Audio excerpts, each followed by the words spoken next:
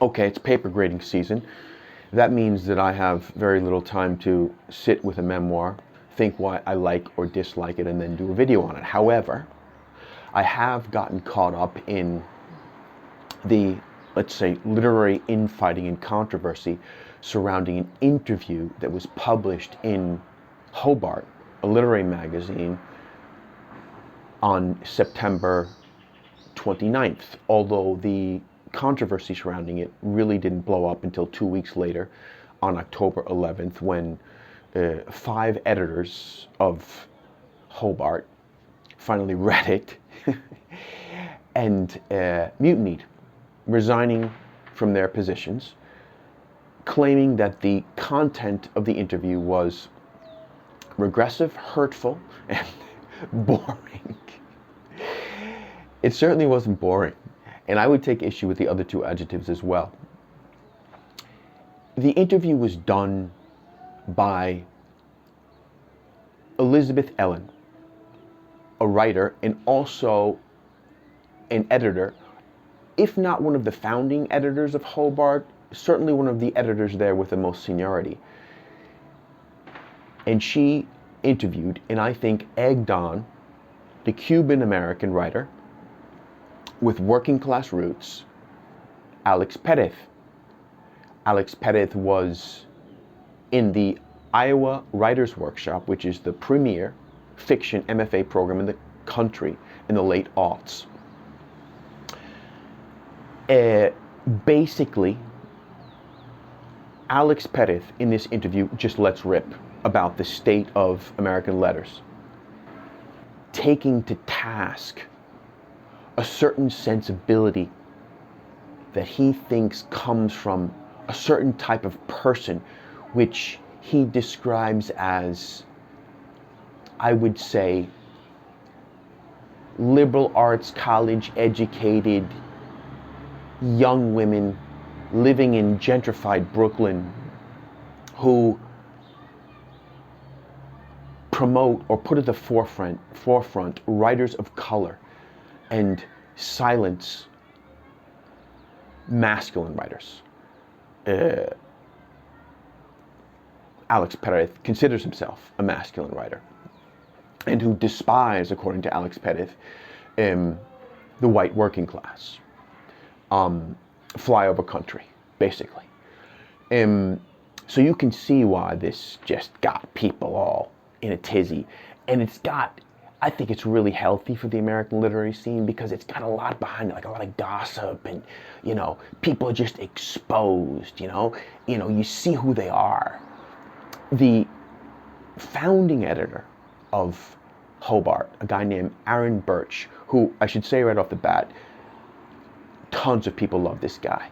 Tons of people love him. But after the controversy, he resigned also from Hobart without a comment, but opening his arms, I should say, so that in the sense that the offshoot of Hobart, a magazine called Had, would publish all the writings by the writers who demanded that their work be taken down from Hobart, because they didn't want it in the same magazine as this interview with Alex Perez, okay? So just the fact that he opened his arms to them sort of makes clear whose side he's on.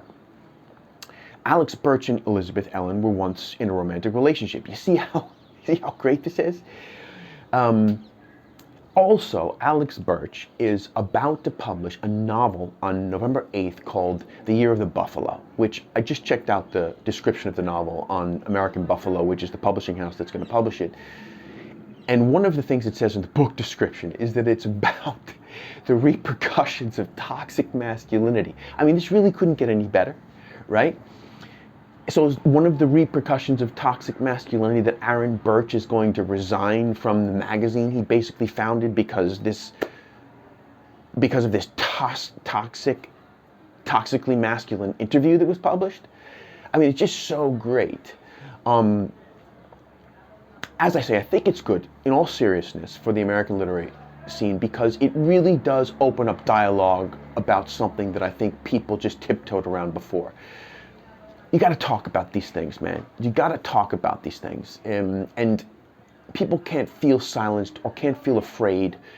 And I think both Elizabeth Ellen and Alex Perez are very right in the sense that a lot of people were afraid to talk about these subjects before, or to, let's say, echo some of his sentiments, maybe in less provocative language, but afraid to do that because of the repercussions that they would feel, especially in the academic world, or especially those who have a career as literary writers, to put those careers in jeopardy, to speak up against this kind of sensibility that he talks about of Brooklyn women. How amazing is it that Brooklyn women are now typically like this, according to Alex Perez? When I was growing up in Staten Island, man, the type of woman that Alex Perez is, a typically Brooklyn woman, just would not have set foot in Brooklyn. Anyway, I'm going to talk about this interview using the adjectives that were described to both criticize and praise it, because a lot of people praise the interview too. I would perhaps consider myself in the camp of praising Elizabeth Ellen for publishing this interview, because all voices should be heard, and Alex Perez clearly is one of those voices. He knows how to make an interview very, very readable, despite the fact that people like to call the interview boring. It is the exact opposite of boring, really. Or the people who consider it boring are boring, I think. Anyway, let's have fun with this. I'm going to go adjective by adjective. Okay, is this piece boring? All right? All right, third question. Elizabeth Ellen asks him about literary influences. And he says, Kerouac, Hemingway, and Bukowski. You could see the literati rolling their eyes at that, considering it boring, right? It's so typical. Right? But he then finishes the paragraph or his response with this, referring to Junot Díaz, who is a Dominican-American writer, who, well, I'll get to that. Anyway, he says, Junot, come back, I'm reading. Don't let those angry ladies who begged you for blurbs run you out of the game. No seas pendejo. Would Junior be such a little bitch? Okay, so he's referring to basically how Junot Díaz, who won the Pulitzer Prize, was almost canceled. In 2018, after his piece, The Silence, came out of the New Yorker, when he admitted to being abused and talked of his, I guess you would say, inveterate womanizing, a bunch of people came out of the woodwork and claimed that they had been forcibly kissed by him, or, all the casualties, the female casualties that came as he got over his abuse. But the interview is filled with Alex Perez putting in lines like this, right? Provoking us, right? And the thing about this line that's so great is it doesn't only take to task sort of the Me Tooers, okay? Who, are looking for attention and were also, playing with power. Not only is he taking them to task, okay, but he's also taking Junot Díaz to task, calling him a little bitch. I mean, this is the thing about the guy, Alex Perez. He's taking everyone down, man. He's taking everyone down. You gotta love that. You gotta love that. It's balls out, is what that is. That's the adjective I would use for this interview, balls out. Self-congratulatory and misogynistic. Self-congratulatory. I mean, yeah, in a way, because he's kind of saying, be like me, have the guts to speak out, speak out against these passive-aggressive woke ladies, or this sensibility that comes from them. Don't be afraid to lose your agent representation. You should be able to speak out. Okay? I mean, although he does admit that he was, in his terms, a pussy for many years, wearing the pussy hat, okay? I mean, is that why it's considered misogynistic?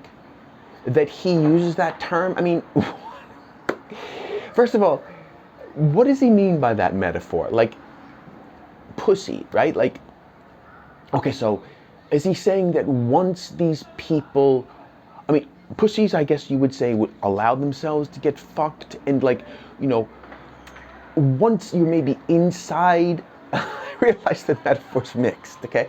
Once inside this pussy being stimulated and caressed by it, maybe you don't want to get out. You want to continue being caressed and stimulated by it. You don't want to lose the advantages. If you don't want it to be, you don't want it to pull away, right? So, I mean, is it misogynistic to use terms like that? I mean, is it a man? Are you a man hater if you call someone a dick or a dickhead, right? I don't know. And is it misogynistic to call this type of sensibility passive aggressive, woke, and prudish? I don't know. I mean, there's a certain type of woman that's like that. A certain type of man too, but less, I'd say. You know, we know these sensitivity readers. I've had my stuff, like, you know, picked apart by them too. And it is kind of prudish. It really is. It's like the new people who, you know, there's a new bad word in town. These same women who will say fuck and shit, they won't use other words. All right? Their prudery is shifted to focus on different words, right? He kind of lays into, I think, fairly lays into this certain sensibility for committing this type of sin. I think, this type of prudery and self-righteousness. Embittered. They call it embittered, or they call him embittered maybe because he once was represented by a big agent, which he admitted that he got because he came out of Iowa. And this agent sent out his novel, which he says was representative of masculine writing. It had been, you know, considered by 6 different editors, 5 of whom were women, and all of them turned it down.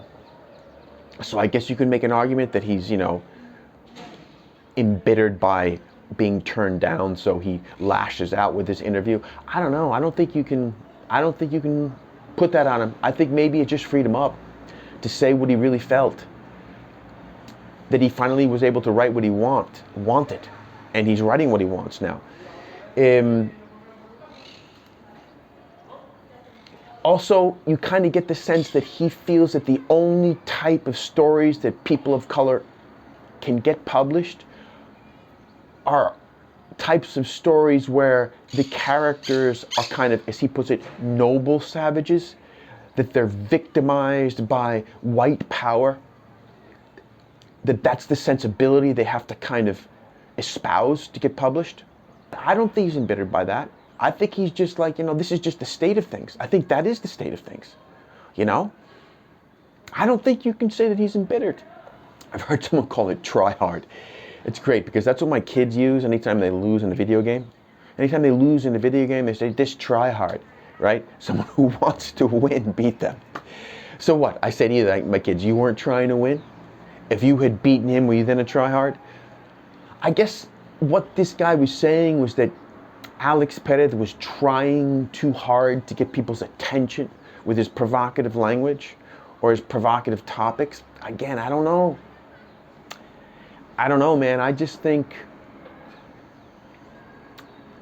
yeah, he's a provocateur, as I've said, but he's not trying to get people's attention, or not trying to get people's attention any more than any writer tries to hold people's attention with certain rhetorical devices. That's what he's doing, man. And he's doing it really, really, really well. How often have I read with interest anything that comes out of this type of magazine? I'm always skimming it. This is the first one I read, and where suddenly my eyes opened up when he starts talking, when he gave that line about Junot Díaz, right? I sat straight up in my chair and said, this guy deserves my attention until the end. Okay, the positive adjectives, brave. I don't know, you can call it brave any more than you can call it embittered on Alex Perez's part. Like, nah, man, he's not feeling like, what is brave? Brave is when you don't want to do something, but you do it anyway. He wants to do this. This is not brave on his part, okay? Honest. Yeah, honest in the sense that he's not biting his tongue. He's saying things how they are in a certain way, you know? And he qualifies, like they'll say 80% of editors are this typical type of Brooklyn woman. He won't say all of them are. That percentage might be right. That percentage might be right. Honest. Sometimes, you know, he'll say like my grimy friends, you know, his Cuban-American friends who think everyone who reads and writes is a loser. I don't know, I kind of always distrust people who kind of make a lot out of their working class roots. They're kind of proud of the fact that it doesn't meet the standards. I don't know. I don't believe him on that shit. I don't believe him on that shit. Defiant. Yeah, it's defiant. I've heard that word used. It's defiant. This is brave on the part of Elizabeth Ellen. I mean, who knows really what's behind this, right?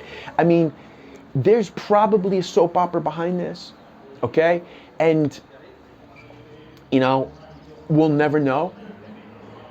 So, but maybe there was a kind of desire on her part to kind of flush out this kind of wokeism. But I think she probably has more to lose than maybe Alex Perez. You know, she's taken some heat for this. And you can tell from the tweets afterwards that she's not 100% comfortable with it. You know, that's the thing about Alex Perez. He's totally comfortable believing what he believes. He's sure of himself. Okay, I'm going to end this video with two references.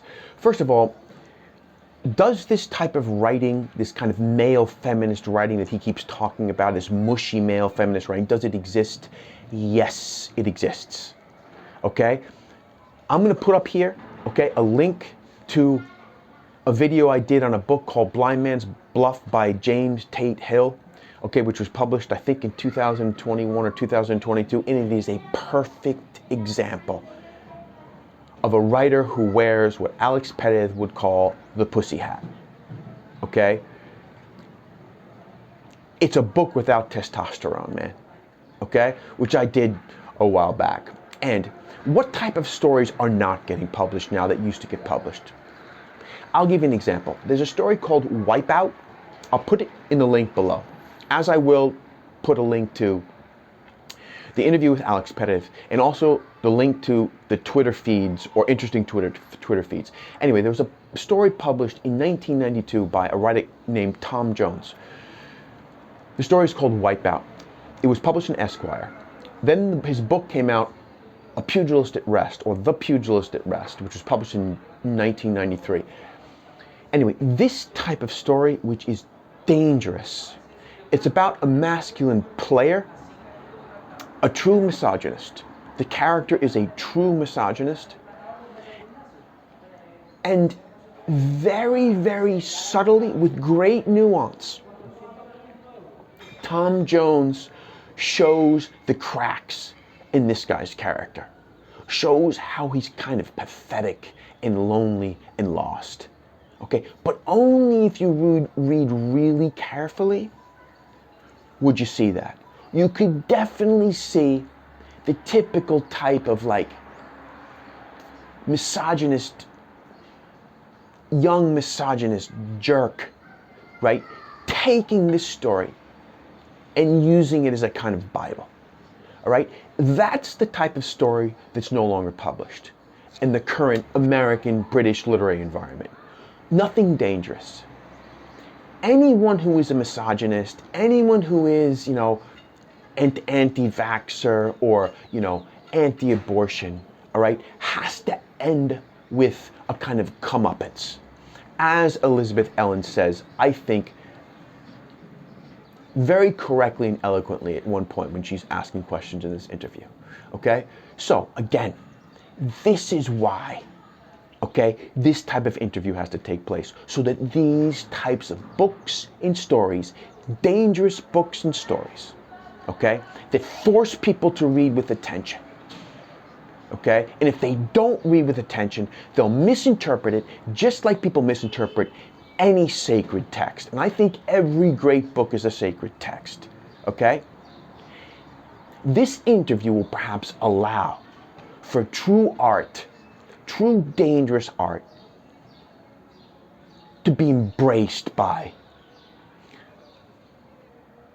American publishers, the big five and also the small independent presses too. Anyway, thanks for listening. I had fun with this one.